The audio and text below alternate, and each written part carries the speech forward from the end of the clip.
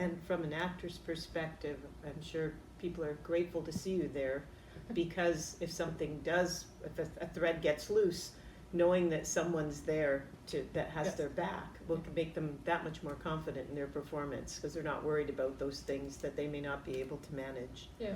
So, you've told us about your collaboration, your planning, the research, and it sounds like a lot of that work paid off, because at the recent ACO Awards, you won Best Costume Design for a comedy for 39 Steps, and you were nominated for Best Costume Design for The Cripple of Inishmaan.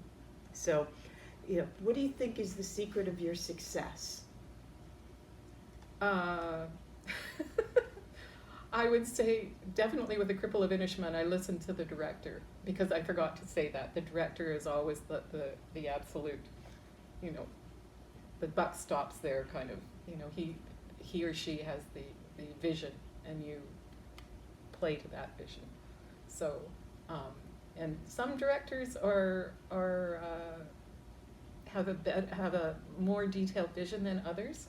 So you always have to listen to your director, and try and make whatever their vision is happen.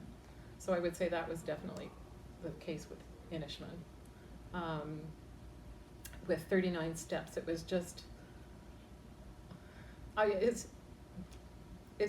the creative part of making the clowns who kept changing costumes to make the detail, to make a statement with very few changes, like hats or coats or scarves or something, that talked about the character or changed the character, but did it really quickly. So, what was the question? No, about the awards, and part B of that question is, what was your reaction when you found out that you won and that you had been nominated on 2 different shows? I'm always surprised because I was at the adjudication, and you never know really from an adjudication what they really think. And you know that there's other productions that have had lots of work going into them. So yeah, I mean, yes, it was a lovely surprise, is what it was. It was, yeah, it really was.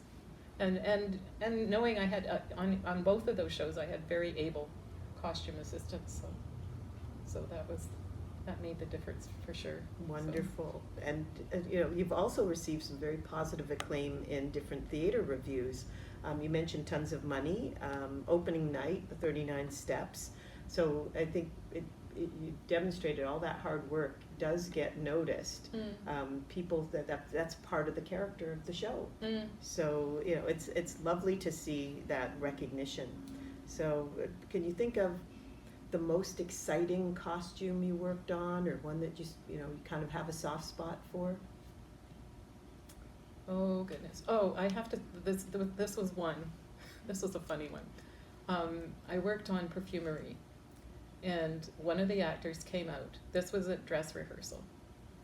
Yes, we're in dress rehearsal. He comes out, and one of his lines, and I thought this was going to go on backstage, he said, "Arpad, where are my pants?" And he comes out in his shorts, basically. But he comes out in his own shorts. And I'm thinking, oh, goodness, this is not going to happen. We can't have him appearing on stage in his own underwear. So I had to quickly make something that was appropriate for the character of Mr. It wasn't Hammerschmidt, but something. I think it was Mr. Hammerschmidt, something like that.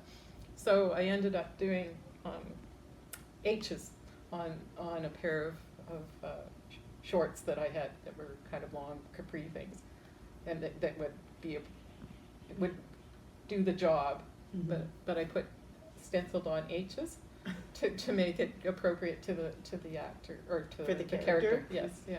Wonderful. So that was a fun one. So it's always the creative things. I mean, when you succeed in doing that, it always makes you happy, and that's part of the reason that I do this, is because the creative problem solving is really, it makes my brain work, and you're part of the team, and yeah.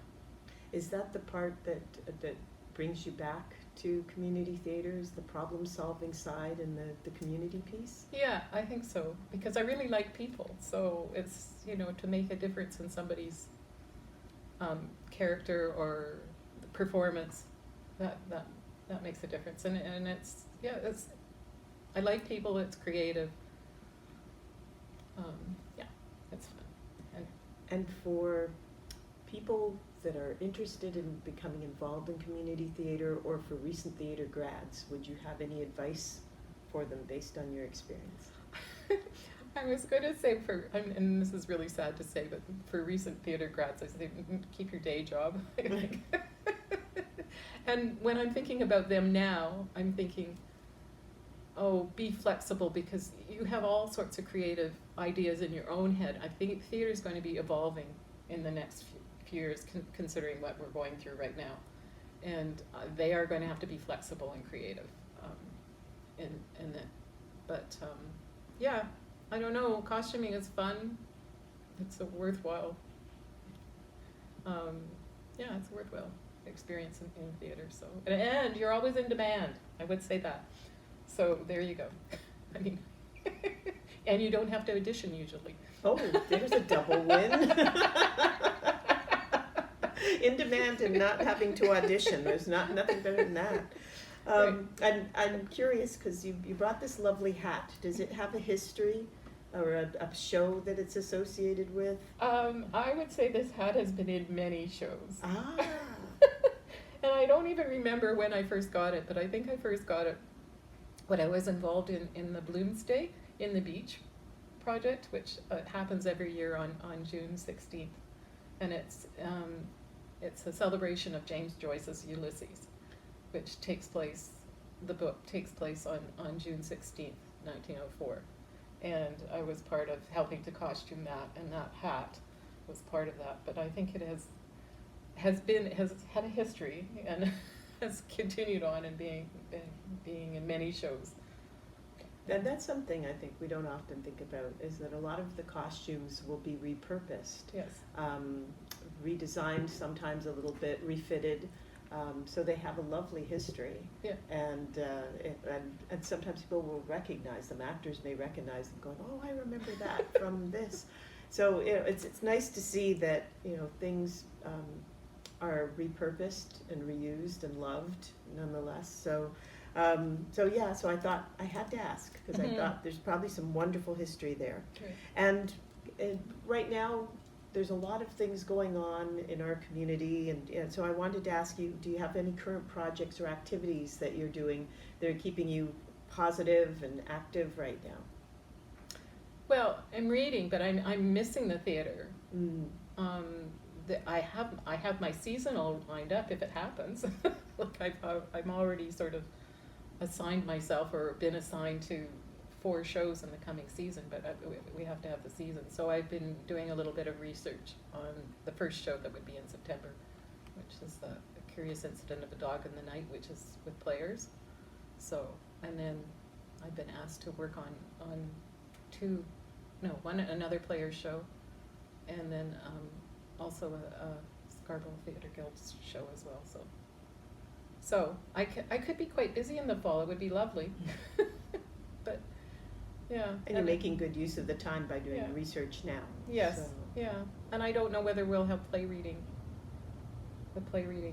in the summertime, or maybe on Zoom, and I don't know about that. But that's another way to stay engaged. Yes. Absolutely. Yeah. Wonderful. So it sounds like one way or the other you keep busy. Yes. And it was wonderful to find out of all the activities you've been up to. I'm so glad you joined us, and I look forward to working with you in the future. And I hope that everyone out there will get to enjoy more of Andra's wonderful costume creativity.